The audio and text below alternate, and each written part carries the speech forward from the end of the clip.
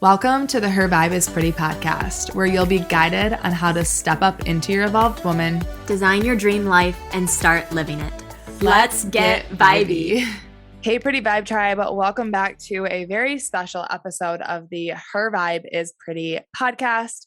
Today, we have a very special guest that Mary scouted for us, and I'm so grateful that she did, because today we have Jamie Varon coming onto the show, who in my eyes is a clear channel from source, God, higher power into the earthly realm.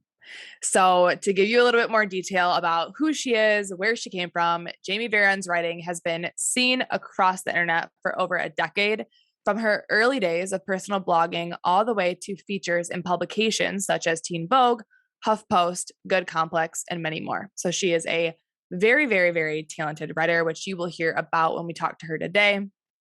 Over the years, both her long form essays and her short form prose have garnered millions of reads and views, using her signature style of combining personal story with universal themes. So unique. Mm-hmm. Jamie also shares her thoughts on building a life you really love with her many followers on Facebook, Instagram, and Twitter. You can find her at Jamie Varon, which we'll also talk about later. We'll link all the ways to connect with her as well in the show notes. In addition to her writing, she has a long-standing career as a branding expert, course creator, and graphic designer. Her website is jamievaron.com if you want to check any of that out. You guys, this woman is a creative goddess, and I'm so excited to talk to her. This is an episode I have been looking forward to for so long. I don't even know, I can't remember. I somehow stumbled across her page and I felt like I was getting a hug from a best friend from her words. Yeah. Every single post is pure gold. Mm-hmm. And I just know this episode is just going to bring so much freaking value because she's like a freaking goddess. Yeah. So amazing. Like, the way she is with words. I mean, just wait till you check out her Instagram, follow her page, read. I mean, you could just binge every single post of hers and it'll change your life. You probably do already follow her, but if you're not, make sure you do. Mary and I share her stuff a lot, and it's so cool because her posts, I feel like they go hand in hand with everything we talk about here on the show. They just kind of sum it up into simple terms and short, readable paragraphs that provide a spark of joy and inspiration into your everyday. So you guys definitely have to follow her if you don't already. We're super excited to talk to her and get all of the details as to how she got to where she is today. So let's go to the show. All right, Jamie, welcome to the show. Thank you so much for being here today. We are so excited to have you. Our listeners are so excited that you're here. Yay. Thank you for having me. I'm excited to get into the chat. Yes, so good. All right. So if you will you just start out by sharing with our listeners who you are, where you're from, what your story is, a little bit of your background, and just how you got into writing in itself. Oh, yeah, that's a big cue. So I currently live in Calabasas in Los Angeles. I'm from the Bay Area, up in like a little outside of San Francisco, so California. How I got into writing, I mean, very roundabout journey, like always wanted to write, always did it on the side, but I had, I graduated college and then I started my own web design business and started traveling and started working from my computer. And it was always one day, I'll write one day. And, one day didn't really show up. So about when I was like 30, 32, I'm 36 now, I really was just like, I got to stay consistent with this. I got to show up for myself.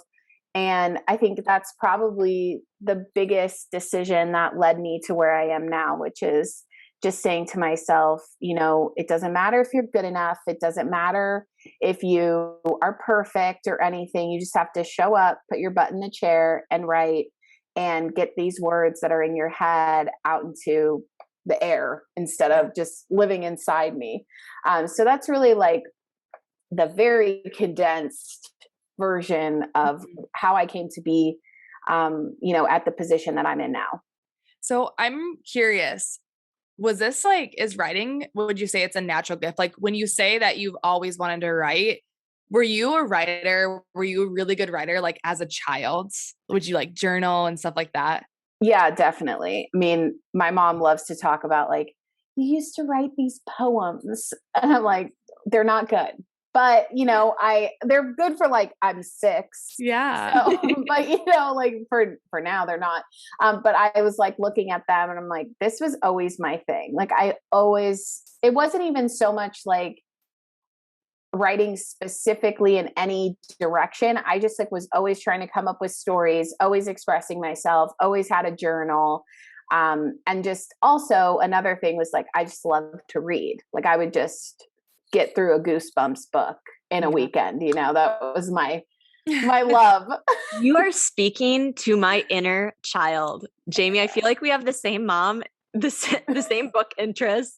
I am nowhere near a writer like you are, even the slightest bit. And that's, I think, one reason why I admire you so much.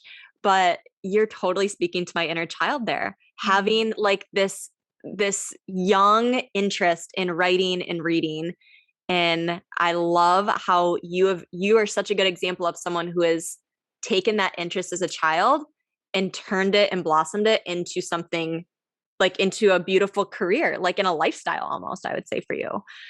I love that you love Goosebumps. Okay, quick question. Yeah. I asked Sarah this earlier. Did I see that you just finished watching Squid Game? Yeah, I did. What were, just very quick, what were your thoughts on that? I thought, well, first of all, I don't usually like things that are that violent, but I thought it was incredible. And I thought the storytelling aspect and like just the whole world building that they made, I was like, this is a creativity on a totally different level. And my favorite thing was finding out that like the person that created it, like he got rejected so many times and just stuck with it. Like I love an underdog story. Yeah, I love to hear that. Because it's like, where does that conviction come from? Of like, nobody has given you any indication that your idea is going to work the way that you think it is. And yet you keep going. Like that to me has been a constant, like that's what made me want to watch the show. Because I was like, what is this that this person would be rejected so many times and stick with it? Yeah. That is compelling to me. It's so I laugh at we were laughing about it because I'm into creepy stuff like that. Like I don't love violence. I wouldn't say like, oh, I love violence, but like I tend to watch like true crime stuff or like murder mysteries or like action movies that have violence in them or scary things. Like I'd consider Squid Game pretty scary. And when you mentioned Goosebumps, I was like, okay, I'm going to bring this up because Sarah's kind of the opposite. Like she doesn't usually like to watch that kind of stuff, but she watched Squid Game. I did watch it. So it's kind of a joke we had going for a little bit. So full circling what you just said back to you. So, and if those of you listening haven't watched Squid Games or you don't know what we're talking about, what we're referring to is the writer of that show went a lot of different places to try to get that show produced. And he got turned down time and time and time again until Netflix finally picked it up. So Jamie, I'm curious, you said that you used to write when you were young. So growing up, was that like creative side of you, was that like supported? Because I know that in my upbringing, it was like, oh, get a real job, go to school, play sports. Like the creativity is cute and all when you're like little, but then like time to move on. Was it kind of like that, or was it more so like supported? I mean, it wasn't supported. I feel like it was neutral because my parents divorced when I was 2.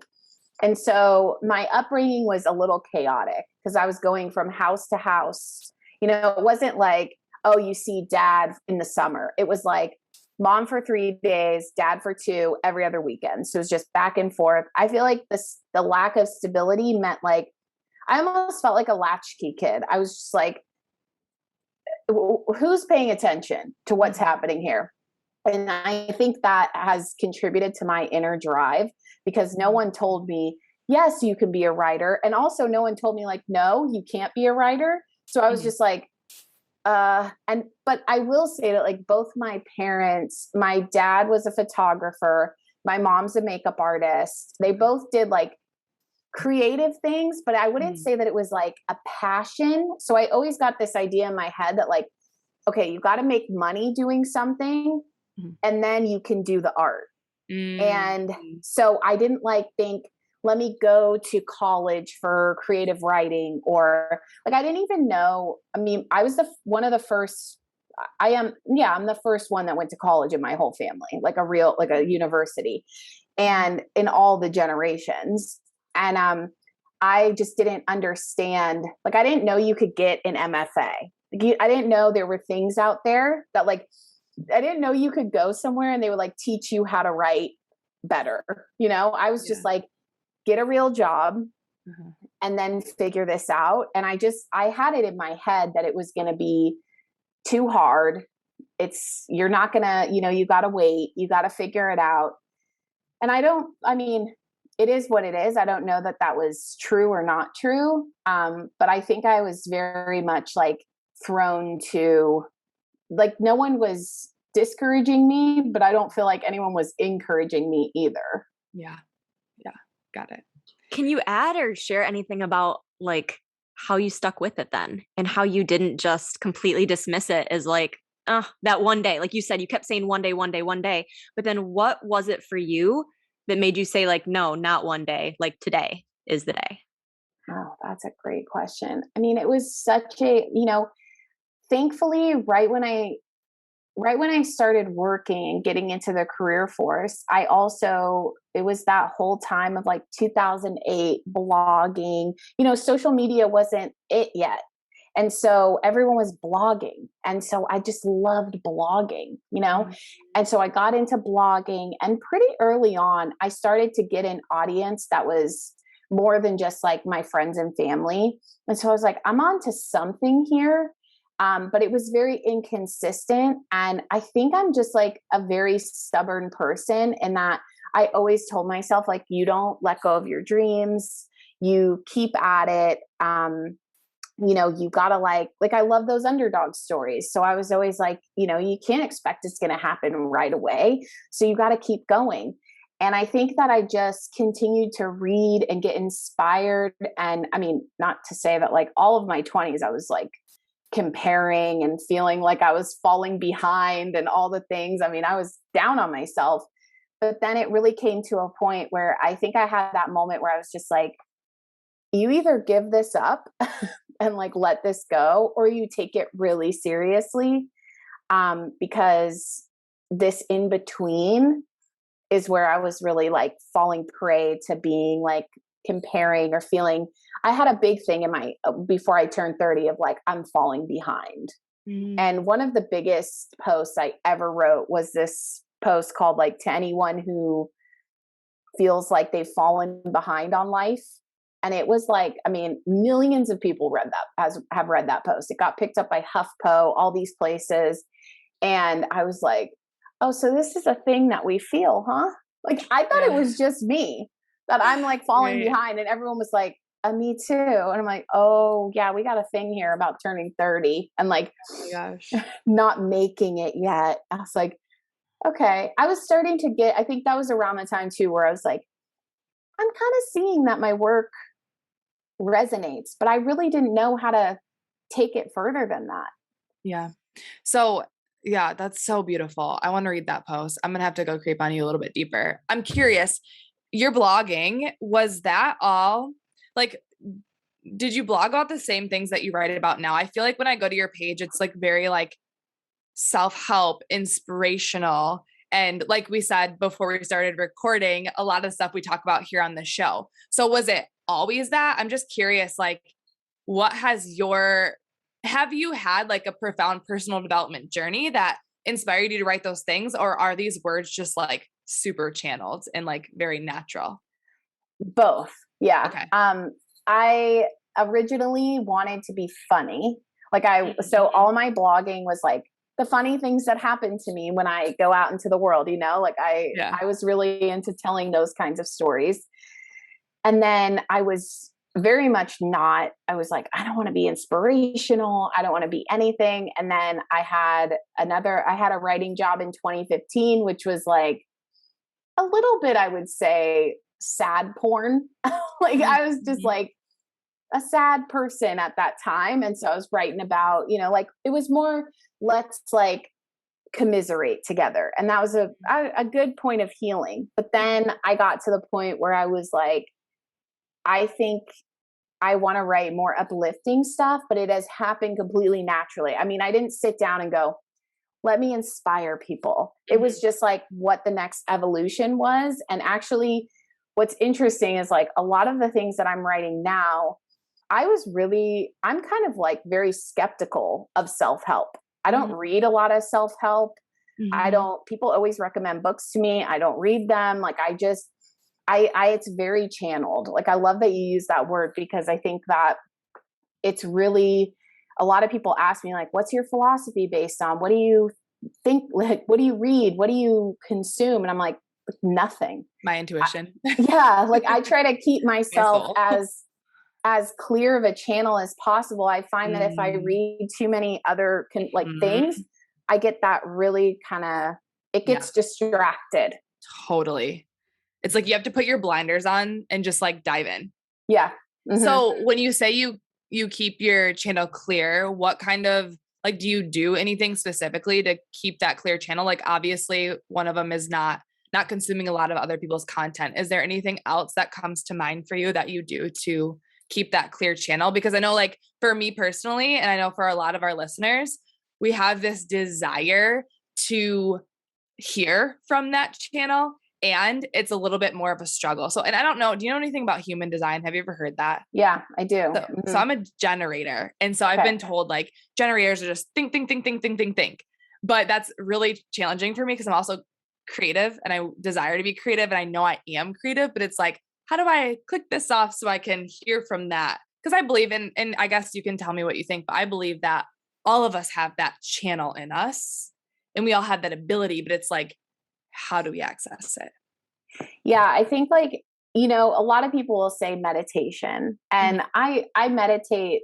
I go in and out of meditation because I think there are certain ways to get meditative that aren't meditation. And I think for each person, like for me, I get most of my ideas when I'm walking. So I need to be really active. So one of the things is like, I have a personal rule that like, I don't let 2 days go by without movement. So if I don't do one day, the next day it has to be, just because I know that I'll start to lose connection because I'll just won't feel as clear. And like, there's certain things to eat. Like I don't eat certain things during the day because it fatigues me. And then I'm not as clear. I also know to like in the morning, I'm the most clear channel. So that's when I like sit down and I don't rush myself in the morning. So I make sure I wake up earlier so that I have plenty of time to like get to where I need to be or like get to my desk at a certain time, because like sitting at the table, like eating my breakfast, this is when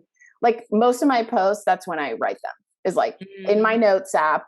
And I also feel like with me noticing that there are certain things that like actually close up the channel. Like when I'm like, I'm going to sit down and channel today.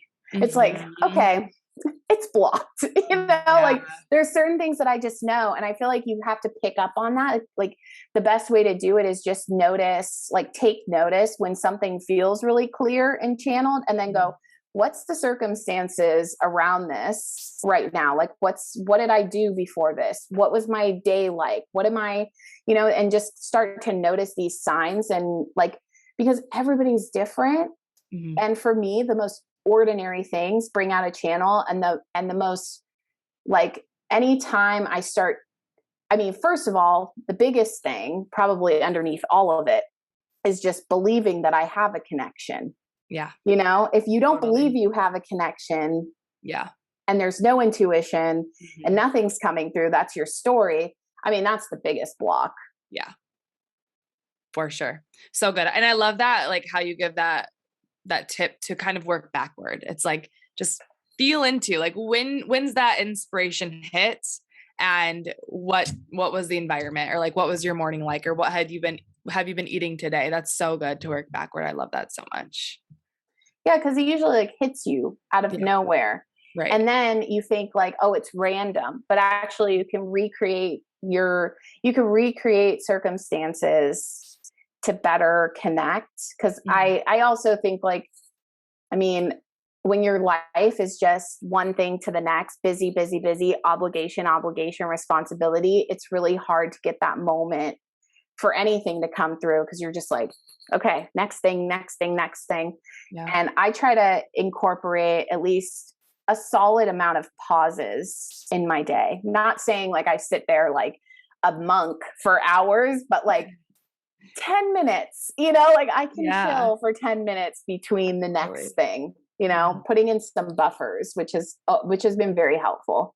I love it. I love that. And you mentioned that actually in your Instagram story a little bit today. And if there's anything you want to add about that, but one thing I loved you were talking about is going beyond surface level and finding that depth and like going so much deeper. And I feel like you kind of answered that a little bit here. So maybe if there's anything else you have to add on like that take on like, how do you find that depth within yourself? And I think one example that you just gave that's perfect is giving yourself some space throughout the day. Don't have that back-to-back schedule so that your mind's constantly jumping from one thing to the next, but give yourself that time to like let things soak in and maybe observe what's going on around you or within you. But do you have anything else to add about that? Because I loved that aspect, because I'm a new mom. And so I feel like I'm very much now like one thing to the next, and I'm missing that depth. And so I read that on your Instagram story today and I was like, yes. But then it's like, how? Yeah. I mean, I think it comes from, I guess the biggest thing, which is probably surprising, is like, so I'm a big like, if you have a story that you're attaching to, like we give ourselves narratives and then it blocks certain things. So like, I used to say to myself, like, oh, I'm such an overthinker. And it's like, we love to identify as an overthinker, but like actually thinking deeply, that just means you think deeply and you're observing and you're taking certain things in and you're chewing on it. And so when you're attaching like a negative thing to that, you're like missing the gift of it. So once I stopped being like, oh, I'm this like sensitive overthinker who can't like, this is this huge thing that I have, like this flaw that I have. And I started embracing it. I was like, oh, this is the magic actually. Like being able to observe at that level. Like if you crave depth, you are a deep thinker. The end. Like people who aren't deep thinkers, which is fine. We need all sorts. They don't care. They're not like, let me get more depth in here. But if you already crave that, I feel like there's a lot of stories we create about that like block some of the insight that might come through, or like thinking we're too sensitive or we're too emotional or we're too something, fill in the blank. And then we miss sort of like the way that we can observe, the way that we can take certain things in, the way that we can synthesize information. And I think that, I've just given myself permission to like access that part of myself, which is really something that it's been a noticeable shift just in 2021 of like, I don't have to go the surface level. And another thing is like, I just have a personal philosophy that like, I know on Instagram, they all tell you there's a strategy, like, don't kind of like, I hate using this word, but like they kind of tell you to like dumb it down a little bit and like make it shareable, make it really like digestible. And I have this personal philosophy of like, let them choke. I don't want anyone to easily digestible stuff at all. Like I love it. The longest thing ever and just be like I don't even care. I'm like, this is going to go to who it's going to go to.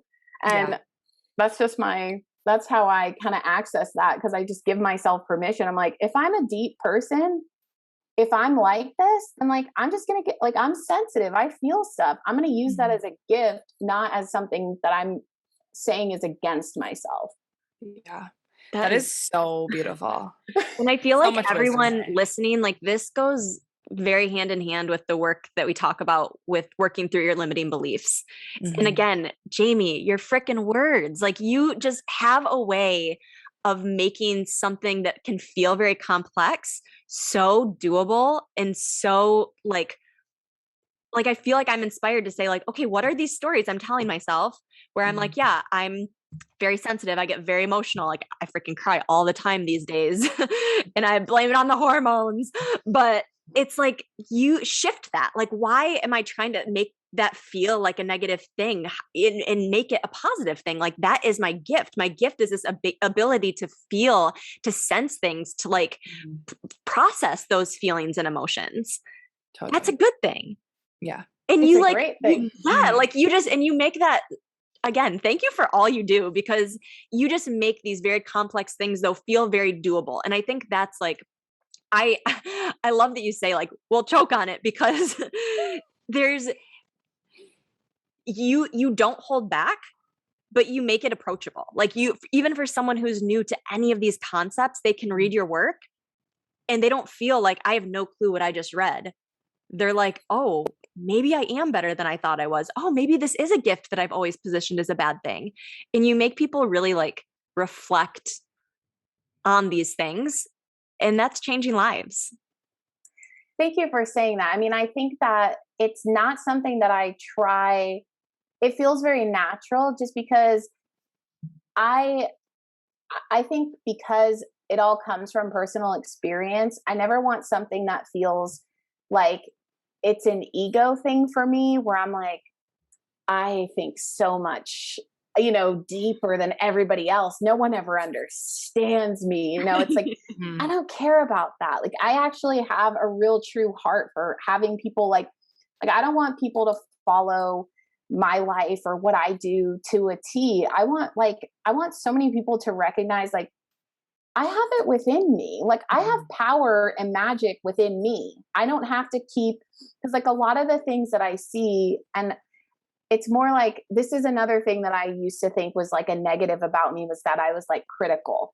But then I started to recognize that like me being critical, I'm not outwardly critical, but I'm able to see, I'm like, that's not working. That's not how I want to show up. Like the that like critique actually shows me where I want to like sort of shift in certain ways. And I was seeing that a lot of the self-help, a lot of the inspirational stuff, it was either too simplistic or just like, what is that even like? You look at something, you're like, most people don't have 5 hours a day to like meditate on a bench at Carte Tole. Like, come on. It's just like, I don't think that's really the vibe. Like, we can't do that, and like, I think I have this way of, I really do know that I've accessed this way of like making things really approachable, because I want them to be approachable. I don't want to feel like your best life is just like thousands and thousands of hours away and you have so much to work on. It's like, it could be a shift of seeing yourself differently and you're already in a new paradigm, which is like powerful. For sure. This will lead us into a topic that we both really want to talk to you about. So Mary brought it up actually before the show, and it was how you talk about creating your own main character energy. And also I think it goes hand in hand with the way that you can exist can be poetry. So like, I feel like those two kind of tie together. I feel like everything you just explains how your life here and now can be poetry. Like this call that the three of us are on and our surroundings is poetry, is art in itself. But I would love for you to go a little bit deeper into these things. Like, what is for those, and I feel like Mary and I vibe with creating your own main character energy. For those who don't, what is that and how do you do that? I mean, main character energy to me is like, you matter the most in your life. Like, you have these other people and that's wonderful, but also like, you matter, and what you desire, what you want, what you think about certain things, your opinions. Like, we have been very disempowered to think for ourselves in a 2021 world. And, I think that like, it matters if you feel good about your life. Like, you don't have to accept that things are, I'm just the way that I am and things are just the way that they are. And I might as well just like make everybody else's life more comfortable so that I can just exist. Or also another thing with main character energy to me is like, not everybody around you has to change. Sometimes you have to change how you react to what's happening outside of you. And like, that's empowering. It might feel like it's not at first because it feels good to be like, well, everybody else has to change. F this, F this. But really, it's like, you have to change within. And that becomes like a powerful thing when you really like feel into that and recognize like, oh, I'm not really at the whim of this world. I can have agency over how I exist in the world. Mm-hmm. And I think that to me is like main character energy on top of just like the kind of on the surface stuff of like, wear what you want to wear, do what you want to do. Like, it's your freaking life. Yeah. And like, please do whatever you want. And don't let other people like, there's no guilty pleasures. There's no any of this. Like, just enjoy and like do what you want. Yeah. Which also leads into the whole thing of like, your life can be poetry. Like, to me, that means you extract meaning and significance from the ordinary things, which creates meaning and significance on such a larger scale. And when you can do that, like when you can extract significance from like the things you do every day, like for me, my daily walk feels like poetry. Yeah. And it's the same walk every day. You know, like I feel you so deeply there. It's just like, it's the same thing. Yeah. But it's like, I infuse meaning into it. Totally. You know, like I go on that walk and I go, you're doing it. Like, you're on it again. Here we go. Like, I can feel, and I like notice when I'm getting stronger. I notice when certain parts are easier, like, and I take notice. And I think that's a really big part of having like a poetic existence, is just noticing the beauty that's in the everyday. Cause I think a lot of people, maybe we get scared, like, well, if I like the small things, maybe I won't want I won't go after the big things anymore. Like this, like fear of being content. And I'm like, I have experienced the exact opposite. Totally. Everything becomes bigger. Yeah. Everything becomes more heightened and exciting. Like when you don't need anything to happen, you just get to like do things because it's enjoyable and you have a desire to do it, which it's a real different energy having that instead of like, I need to prove my existence is worthy. It's like, it's a big ask. Yeah. Well, and that's like, so before we got onto this call, I wanted to read through some of like my favorite posts that I've saved of yours. And that is one of the things, is like this idea that life needs to be so like big and glittery and grand to like be worthy, and where you speak to like appreciating the small moments. And we say on the podcast quite a bit, like celebrate the small wins, like embrace the little things of your life, your morning coffee, your morning walk, whatever those little pieces are, give yourself that permission to slow down and enjoy them. But I feel like you can read that on Instagram and it sounds amazing, but like, again, I come back to like how do you get there? And I would love to hear, your journey from, maybe having some of those fears and doubts, or this pressure of like, I need to live this grand life for it to be worthy, to this place that you are now, where you're like, I go on the same walk every day and it is the greatest damn walk I've ever been on. I love it. It's amazing. I'm amazing. Like, can you talk me through that a little bit? I would just love to hear how you started really embodying that shift. Yeah. I mean, I used to be like, okay, I don't get to be happy until I get the book deal and I get this and I get this. So the shift came from a really deep place of pain, because I was like, this is hurting me, this expectation and like looking at my life and being like, it's not good enough yet. It's like, wow. I mean, first of all, how crappy to say that to myself, not to mention like the people in it and the things that I've done to carry me here. Because I am very ambitious. And I think, essentially what happened was like 2016, 2017, 2018, I took a total pause.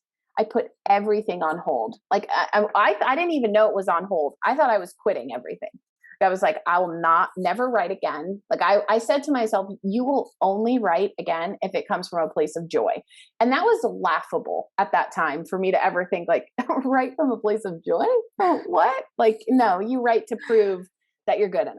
Okay. Come on now. Oh. And like, you know, oh, I'm going to be content. No, that's silly. Like content people are lazy. They're not pushing themselves. They're unmotivated. Like I had a lot of shame about that. And of course it was like the thing calling to me the loudest. And so, you know, I then in that pause took a lot of reflection time where I was like, I actually feel like I would rather be happy and content on a daily basis as much as I can than to have any of these achievements that I think I still need to get. And I was like, you know what?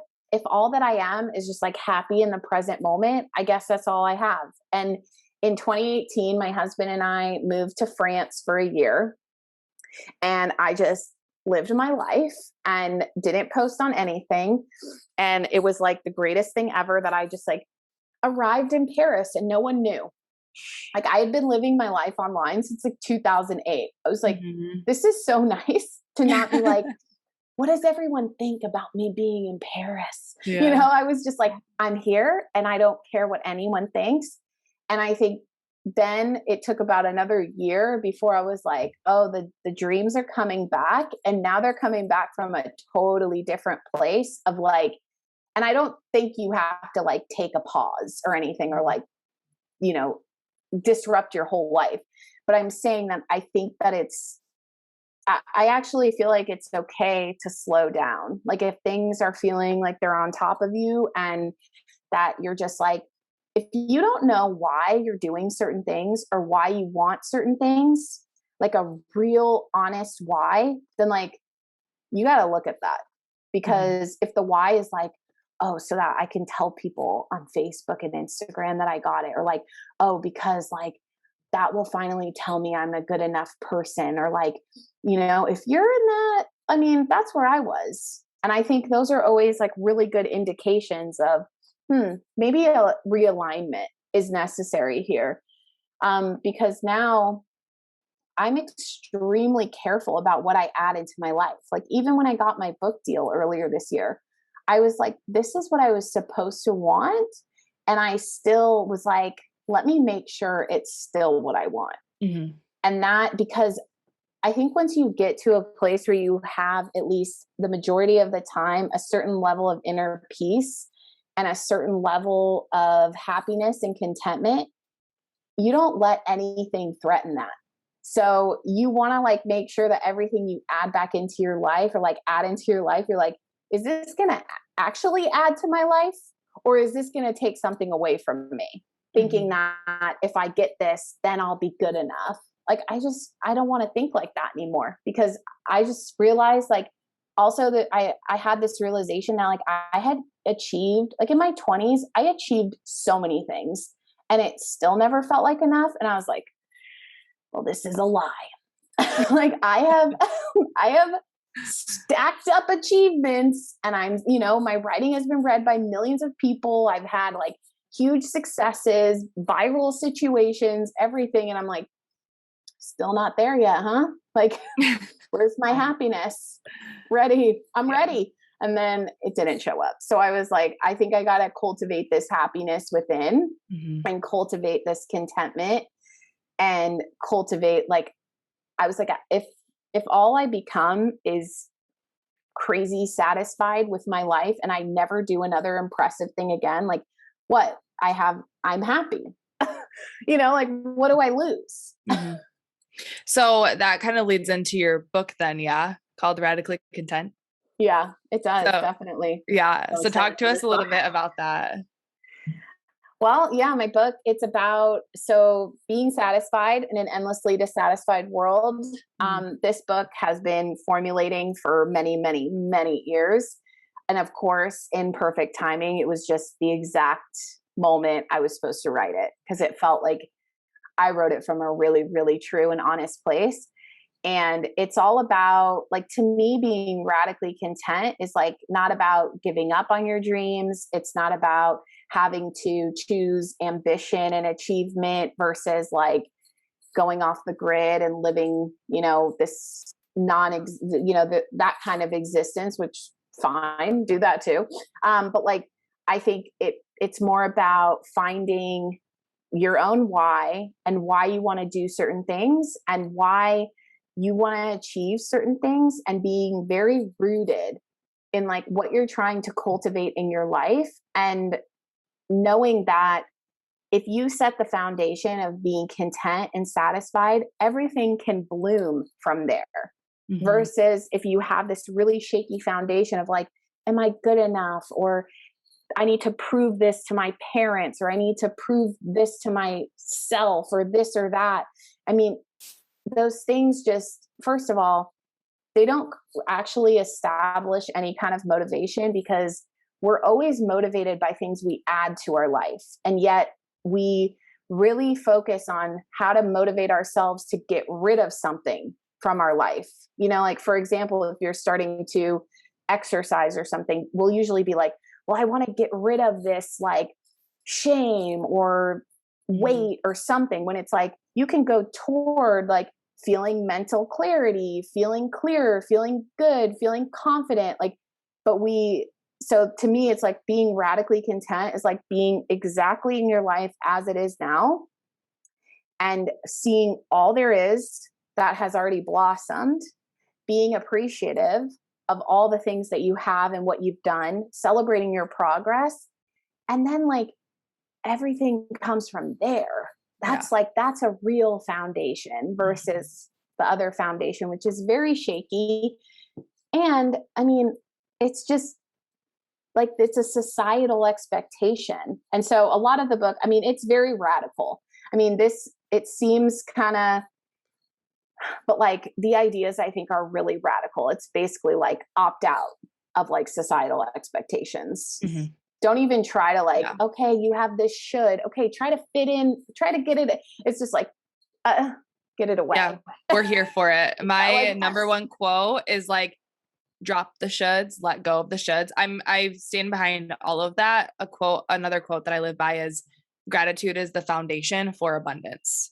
And like, I truly believe that. And you're living proof, and I'm living proof, and Mary is living proof. It's like, when you're just going to the next thing and the next thing to prove your worth, and to prove your enoughness, and to prove that you're lovable, and to prove that you're this and that, you're doing things on time and all the things, it's like never fulfilling. So you just keep going and going. And that's how burnout happens, and depression and anxiety. And a holistic psychologist was talking on her platform the other day about like mental health, and how the core of mental health is usually something like that, where you're just like chasing and going and achieving and going to the next thing and the next thing and the next thing. And then all of a sudden you're like, what is any of this for? So I love that you are like helping instill in society that doesn't work, that we get to be grateful now, we get to be content now, we get to find the beauty in our everyday lives. And then, because I also love what you say too, that like, it doesn't mean your dreams are thrown out the window. Dreams are a beautiful thing, right? We're not here to just sit here on earth and do nothing. We all have these magical gifts within that we're here to bring to the earth. But it's like how you approach that and following those dreams and bringing them to fruition really, really matters for your overall happiness. Mm-hmm. That was the thing that I felt was missing. Yeah. Like, where is the marrying of the two? Because I would read something that was either like, okay, it's all goals. Like, okay, once you fulfill all these habits and goals, and like your whole life is just one habit to the next, that's supposed to be happiness. Or it's like totally opt out of everything and like let go of, then it's like ambition isn't really, it's like a construct. And I'm like, no, we have creative gifts. We have things, we have gifts for a reason that we want to bring to fruition. And I also think something that you said about it doesn't work, that is something that I bring in the book a lot, because it's like, it doesn't, like, we think, okay, that person is saying that, when you try to prove and strive, that it doesn't work. But like, I'm different. I'm still a failure and I haven't done enough. And so it's good for them. But like, I can't love myself yet. I can't, I'm not good enough yet. Like I still have to keep proving. Mm-hmm. And I think the core thing is like what you said, it doesn't work. Like you can try. Yeah. But it's like, it never works. Totally. So it's not even like, for some people it works. No. Yeah. Right. Nobody it works. I love it. I'm so excited. So when does it get released? April 12th, 2022. Okay, awesome. Can you pre-order? Yeah, pre-order. Yeah. So we will drop the link in our episode description for our listeners to pre-order, and we will be pre-ordering as well.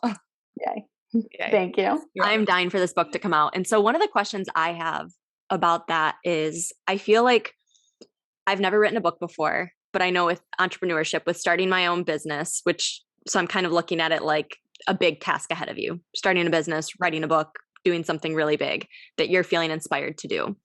What is the greatest lesson that writing a book from start to finish taught you? Well, there's like 100. Yeah.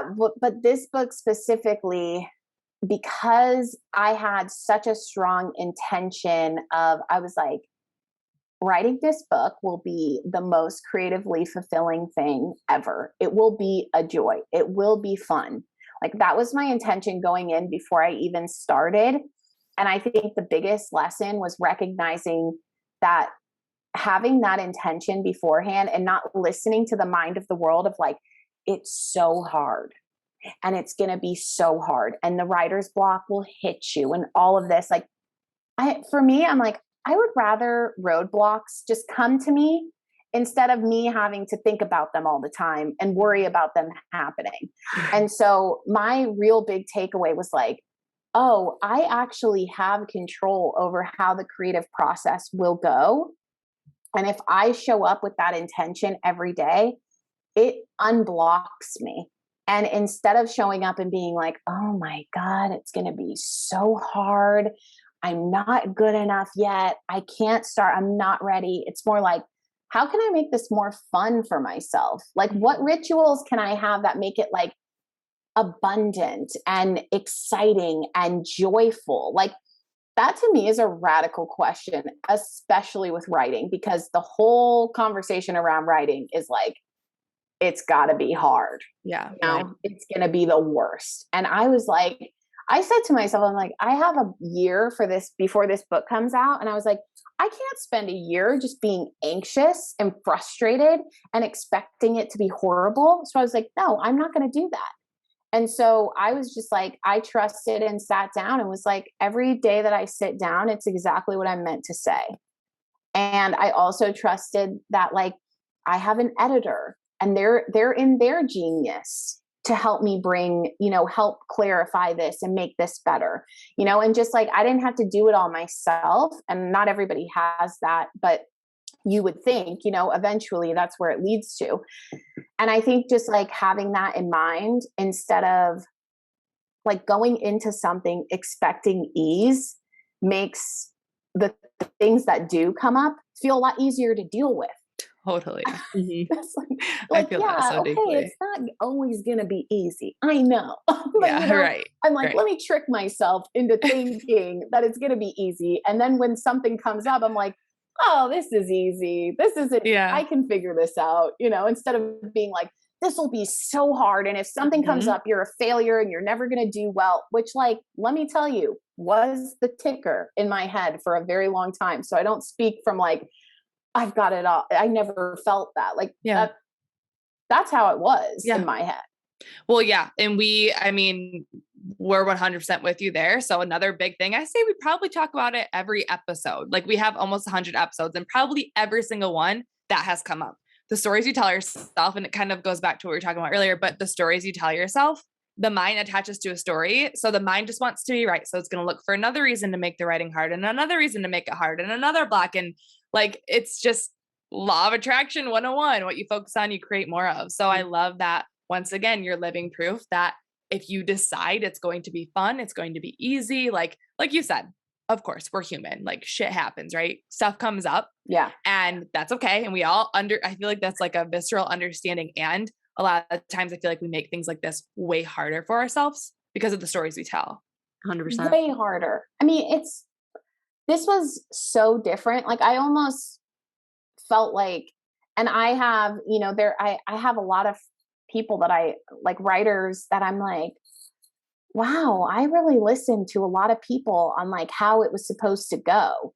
And I accessed something else. Like, cause I said, I mean, I wrote that book it was the most joyful experience ever. Like I crave it. I think about that sometimes. I'm like, that time of writing that book, that was so fun. Like I had so much fun. I just like, it's amazing. I wrote for a couple hours in the morning and then I went on like a beach walk. And then when I was on the beach, I would like get an idea for a chapter or something to add. And like my notes were like a beautiful mind in my notes app. I was like all over the place.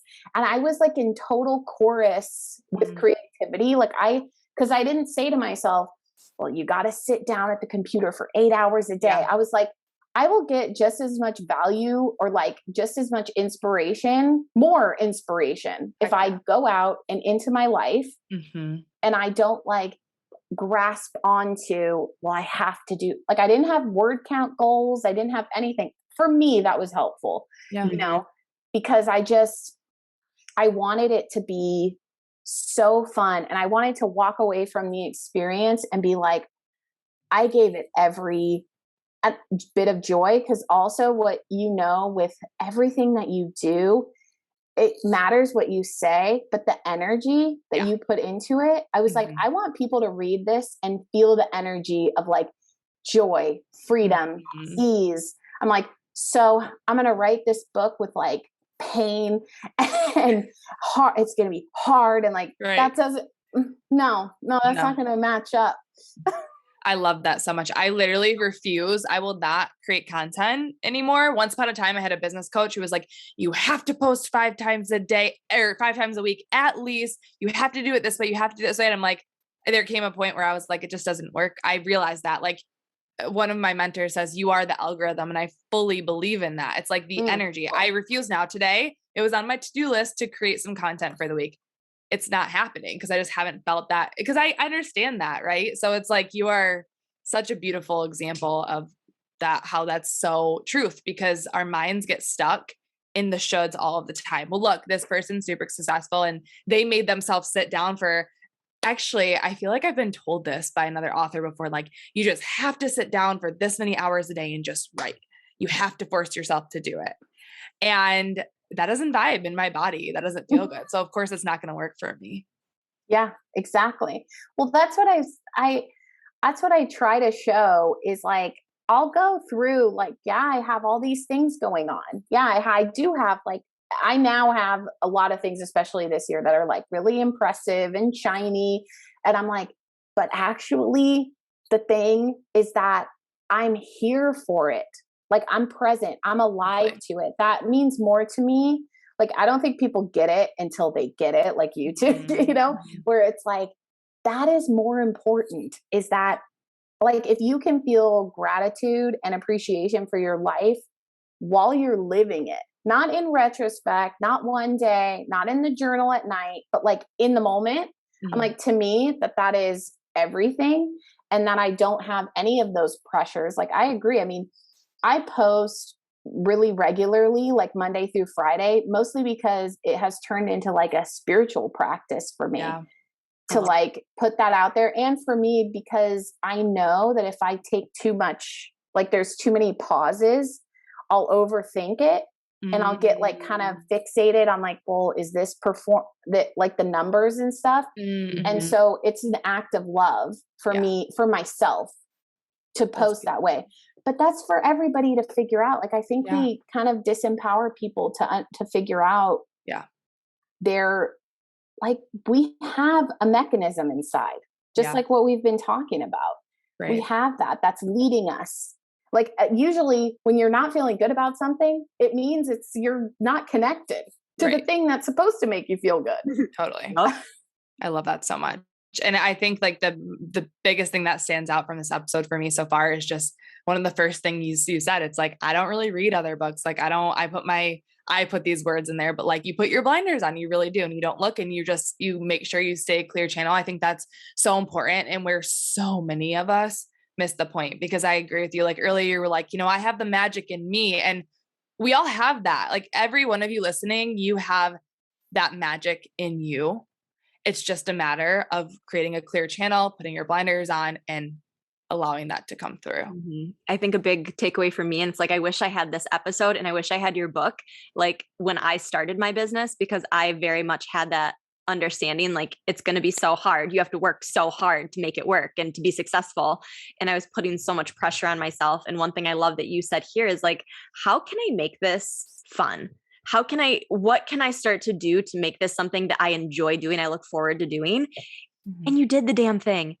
You wrote a book, which most people, I would say, again, never done it myself, but most people would probably say is like very hard, very grueling. There's all these deadlines and it's this hardest thing and you're going to have this writer's block, but you push past it. You are a perfect example of like choosing the thought and the belief you want to have about a situation and then like manifesting that into your reality.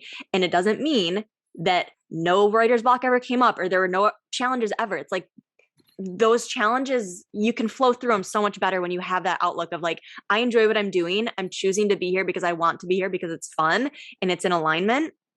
And then those challenges aren't so scary anymore. Well, then you recognize that the challenges, they're not, because then we make those challenges harder because we like try to bypass them or avoid them. Like if something comes up, doubt or worry or whatever is going to come up. But instead looking at those and being like, if I work through this and heal it, I get to become more free to like get back to the joy and the ease and the flow. Mm-hmm. And so I never really looked at those as, oh, these are getting in my way. I was like, clearly there's something I need to look at here. And most of the time, what was really interesting, especially during writing the book, was like when something came up really powerfully, it meant there was something I needed to write about because mm-hmm. I would work through it. Like I would sit with it and listen and be like, okay, there's some sadness here. Or like, I'm having, like, I wrote an entire chapter of my book about social media in a totally different way than I expected because I was in the shower and having extreme comparison anxiety. And I was like, and I ran up, like got out of the shower, ran up and started writing this chapter on social media. Cause I was like, that's why this is coming up. And so I had this belief that like everything was for me, even the hard parts, you know? And like, when you think like that, oh my God, it's just like, yeah. What do you have to be afraid of if it's all for me? Like my friend and I, we even say to ourselves, like she's very similar to us. We like, when something comes up, we're like, it's a gift to be triggered. Yeah. Cause like we say it. That's be grateful for your triggers. That's what we say all the time. Oh my God. No way. We're going to make a sweatshirt. It shines a light on the things that are still there for you. Yeah. Right. Talk about like your limiting belief that like, if you work through it, you just get to experience like an expansion and growth and like something deeper that you haven't been able to experience instead of being like, oh no, what is this going to say about myself? It's like, I'm like, I get a shovel, let's dig in. Right. Well, there's so much value there. So I also love to say pain is a catalyst for growth. That's something that I believe myself and I teach all of my clients, everybody who comes in my realm, like feeling pain.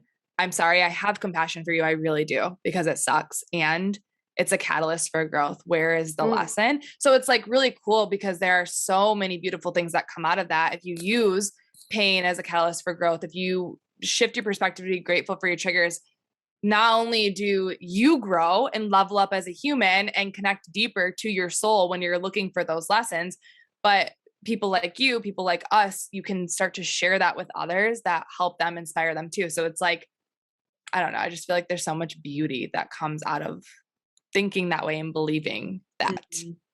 Yeah. You put less aggression, I think, into the world and less blame. Yeah. And I just am like, there's so much that does need to change. There's so many people that do need to be held accountable, but at the same time, the blame we're in this place where like, you know, we have to come back to ourselves. Like that's really very important to me. Right. And I love that. I mean, that's so funny that we both have the whole thing about the trigger. I thought my friend and I, we were like, I can't say that. This is like, oh, we're making a crew neck that says, be grateful for your triggers. Oh or like God. one that I came up with is I want to make a sweatshirt that says, please trigger me. Please trigger me. Okay. I love that. And I completely agree. I get excited. I'm like, ooh, something that's holding me back that I didn't know was holding me back. Like, let me get in. Totally. I love it. So good. That is amazing. Jamie, I feel like you belong on this podcast because everything that you're saying, I mean, and this is a perfect example, is just so aligned. And I feel like you just bring a fresh perspective to it all. Because again, Sarah and I say and talk about a lot of these things, but it just feels good to hear it in different words and just with your wisdom and your experience. And this has been this was medicine for me, actually. Because like, I don't know, sometimes it can be, you know, I have this audience and stuff, but it's really comforting to know that these conversations, like I mean, I love that these conversations are happening, that we're all talking about this finally, that like, it feels like growth and evolution on a collective way. And I this was really like, this healed me in a way. So thank you. Yeah. I have the chills when you're saying that because it's true. Like I choose to believe that like the world is healing. We are evolving. A lot of people are still putting their focus on the bad that's happening. And of course there's bad happening. And of course, you know, we're going to look at that. And what is the way out of that? It's through diving in and doing this healing work and having these conversations and like you writing posts and writing books and Mary and I doing our thing on the podcast. It's like, this is where the healing starts and it's happening. So thank you so much for being a part of it. Thank you so much for your time, for coming on and chatting with us today. So everybody, so they can find you at Jamie, is it Varon? We were trying to figure out. Varon. Yeah. At Jamie Varon. So we will link that Instagram and we will of course link is it radicallycontent.com for pre-order book. Awesome. So we will link those for sure. Yeah.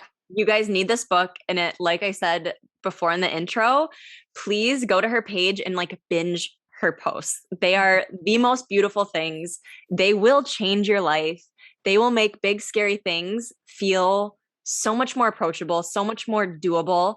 I said earlier too, I'm like, your posts feel like a hug from a best friend. Like your words just make me feel like, no, I do have this. I can do this, especially when I am feeling low or feeling hard or forget that I'm grateful to go through the pain or whatever I'm experiencing. So yeah, your work is incredible. I'm not kidding when I say you have seriously like my favorite page on Instagram, like top 5 hands down, because every post is just so beautiful. So yes, thank you for all you do. We are going to share all the links. You guys go pre-order her book. If you're reading this or listening to this after April, what was it? April 21st? 12th. Oh, April 12th. Yeah.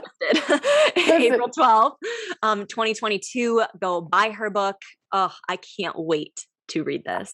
So thank you so much, Jamie. You are amazing. And we will catch you guys next week on Her Vibe is Pretty. Bye. Bye. Bye.